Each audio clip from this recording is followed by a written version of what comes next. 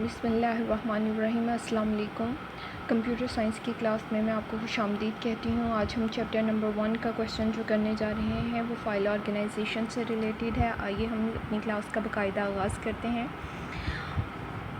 जो आपका क्वेश्चन है, how do we organize file on a storage media, हम किस तरह से स्टोरेज मीडिया पर फ़ाइल ऑर्गेनाइज़ करते हैं। तो फ़ाइल ऑर्गेनाइजेशन, यहाँ से जो वर्ड है फ़ाइल ऑर्गेनाइजेशन का क्या मतलब है? Physically arranging the record of a file on a secondary storage media, कि हम सेकेंडरी स्टोरेज मीडिया पर किस तरह से रिकॉर्ड्स को सेव करेंगे। तो इसके 3 तरीक़ाकार हैं।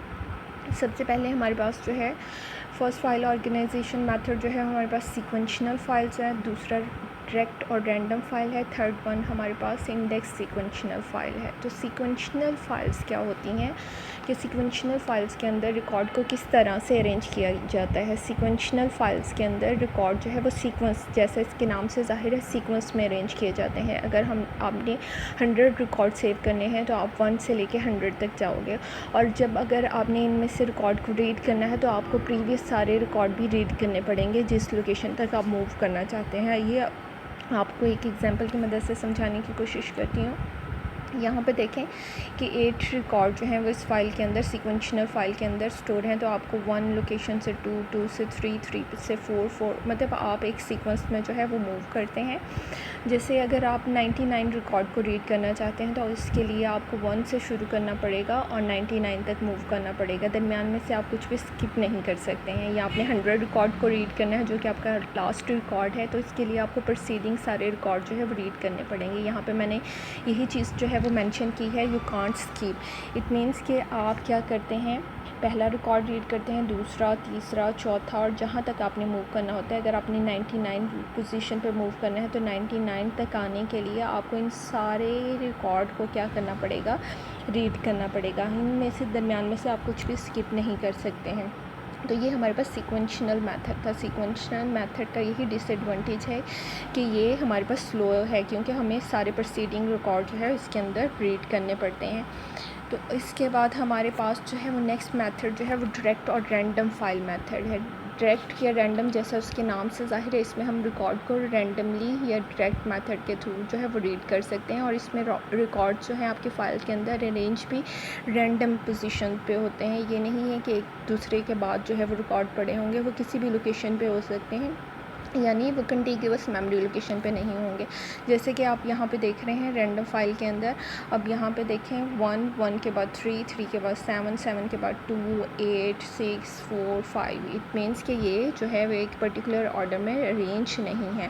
तो ये रैंडम फ़ाइल के अंदर हमने जब रिकॉर्ड रीड करने होंगे तो हम की वैल्यू की मदद से, यानी उसके एड्रेस की मदद से इसको रीड कर सकते हैं कि 1 लोकेशन पे जो रिकॉर्ड पड़ा है उसको रीड कर दो, 2 पे जो रिकॉर्ड पड़ा है उसको रीड कर दो, या 8 पे जो रिकॉर्ड पड़ा है उसको रीड कर दो। तो ये हमारे पास डायरेक्ट मेथड है। डायरेक्ट मेथड जो है ये हमारे पास सीक्वेंशनल एक्सेस मेथड की निस्बत जो है वो ज़्यादा फास्ट होता है। इसमें हम फास्ट रिकॉर्ड जो है वो रीड कर सकते हैं, बिकॉज़ हमें जो है प्रीसीडिंग रिकॉर्ड रीड नहीं करने पड़ते। अब हम मूव करते हैं अपने थर्ड मेथड की तरफ। थर्ड मेथड जो है वो हमारा है इंडेक्स सीक्वेंशनल फ़ाइल। जैसे कि इसके नाम से ज़ाहिर है कि दोनों पिछली जो हमने फ़ाइल ऑर्गेनाइजेशन के मेथड पढ़े हैं, ये दोनों का कम्बिनेशन है।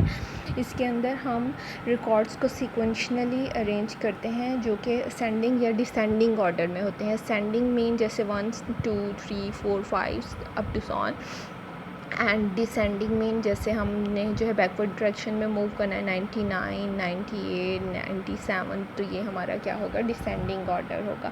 इसमें रिकॉर्ड्स को किस तरह से रीड किया जाता है, इसमें रिकॉर्ड को रीड करने के लिए एक इंडेक्स फ़ाइल जो है वो तरतीब दी जाती है। उस इंडेक्स फ़ाइल में उन रिकॉर्ड का कॉरस्पॉन्डिंग डिस्क पे जो लोकेशन होती है, डिस्क पर जो एड्रेस होता है वो सेव किया जाता है। इंडेक्स फ़ाइल आपकी बेसिकली न्यूमेरिक डेटा टाइप की फ़ाइल होती है जिसके अंदर इंडेक्सेस को मेंटेन किया जाता है। जब भी आप कोई नया रिकॉर्ड ऐड करोगे, डिलीट करोगे, तो तब आपकी जो इंडेक्सेस वाली फ़ाइल है वो भी अपडेट हो जाएगी।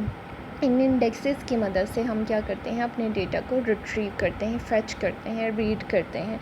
तो इंडेक्सेस फ़ाइल का जो हमारे पास डिसएडवांटेज है वो यही है कि इन इंडेक्स सीक्वेंशनल फ़ाइल में हमें एक एक्स्ट्रा इंडेक्स फ़ाइल जो है वो मेंटेन करनी पड़ती है। ऑल्दो इसकी स्पीड जो है वो अच्छी होती है, इसकी स्पीड जो है हमारे पास जो है वो डायरेक्ट और रैंडम एक्सेस की निस्बत जो है वो स्लो है इंडेक्सेस फ़ाइल की वजह से कि इसके साथ इंडेक्स फ़ाइल जो है होती है, लेकिन हमारे पास ये सीक्वेंशनल एक्सेस की निस्बत जो है वो फास्ट होती है।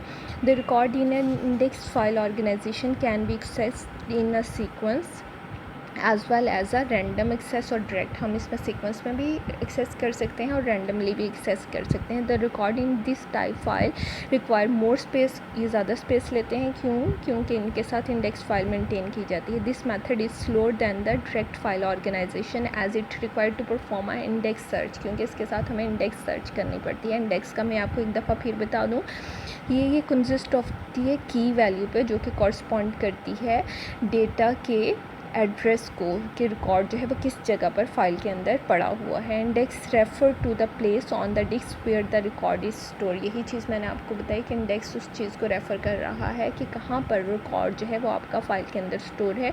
The index file is updated, इसको अपडेट किया जाता है। ये मैं आपको फिर बता रही हूँ, जब भी आप नया रिकॉर्ड ऐड करेंगे या डिलीट करेंगे तो आपको इंडेक्स फ़ाइल को मेंटेन करना पड़ेगा।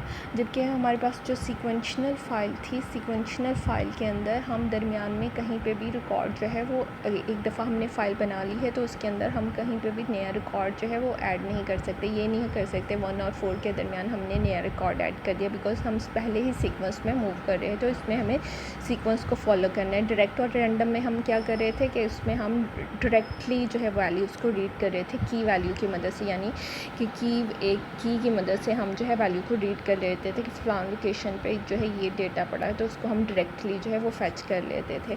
और जो हमारा मेथड था इंडेक्स सीक्वेंशनल फ़ाइल, इसके अंदर हम सीक्वेंस में भी डेटा को रीड कर सकते हैं, रैंडम या डायरेक्ट भी रीड कर सकते हैं, और इसके साथ एक इंडेक्स फ़ाइल जो है मेंटेन की जाती है जो कि रिकॉर्ड की लोकेशन को इंडिकेट कर रहा होता है कि रिकॉर्ड जो है वो किस लोकेशन पर पड़ा है। तो उसकी मदद से हम जो है उस रिकॉर्ड को फैच कर सकते हैं। अब इससे रिलेटेड आप लोगों के कोई क्वेश्चंस हैं, कोई क्यूरीज़ हैं तो आप मुझसे पूछ सकते हैं। तब नेक्स्ट लेक्चर के लिए अल्लाह हाफिज़।